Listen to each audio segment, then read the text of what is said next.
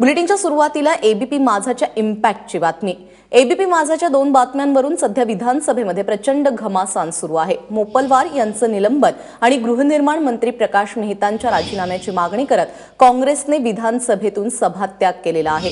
मोपलवारांचं निलंबन करून त्यांची चौकशी व्हावी अशी मागणी विरोधकांची आहे। शिवाय प्रकाश मेहतांची मंत्रिमंडळातून हकालपट्टी करून मग त्यांची चौकशी व्हावी अशी मागणी देखील काँग्रेसने विधानसभेमध्ये लावून धरली।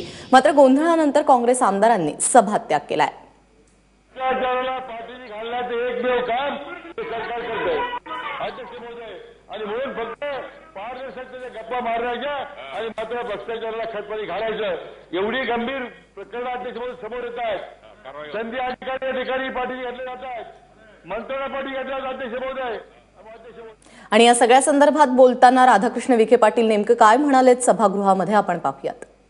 राज्याच्या जनतेच्या अपेक्षा होत्या की पारदर्शक काम करणारं सरकार हे खरंच पारदर्शक आहे, परंतु अध्यक्ष महोदय भ्रष्टाचाराला पाठीने घालण्याचं एकमेव काम हे सरकार करतंय अध्यक्ष महोदय, आणि म्हणून फक्त पारदर्शकतेच्या गप्पा मारायच्या आणि मात्र भ्रष्टाचाराला खतपाणी घालायचं एवढी गंभीर प्रकरण अध्यक्ष महोदय समोर येत आहेत।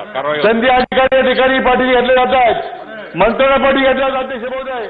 एक तर पहिल्या प्रकरणामध्ये 500 ते 700 कोटी रुपयाचा घोटाळा समोर येतोय, सभागृहामध्ये मान्य करतायत, आणि आता दुसरा घोटाळा समोर येतोय। सरकार अजून प्रकाश मेहतांना किती पाठीची घालतायत? खरं म्हणजे आमची मागणी हीच होती की त्यांचे जे सहकारी तत्कालीन महसूल मंत्री एकनाथ खडसे यांना राजीनामा दिला आणि त्यांची न्यायालयीन चौकशी केली। मग एका सहकार्याला एक न्याय, प्रकाश मेहतांना सुद्धा तात्काळ राजीनामा द्यायला पाहिजे आणि त्यांची चौकशी करा ना। ते जर निर्दोष सापडले तर परत घ्या, परंतु सरकार कोणत्या प्रकारच्या भ्रष्टाचाराच्या संदर्भात संवेदनशील नाही आहे। आणि हे महाराष्ट्राचे एक संधी अधिकारी राधेश्याम मोपलवार यांच्या बाबतीमध्ये सुद्धा पाहायला मिळतं। आज एवढा प्रचंड भ्रष्टाचार झालेला आहे, सीबीआयची एन्क्वायरी त्यांच्यावर सुरू आहे।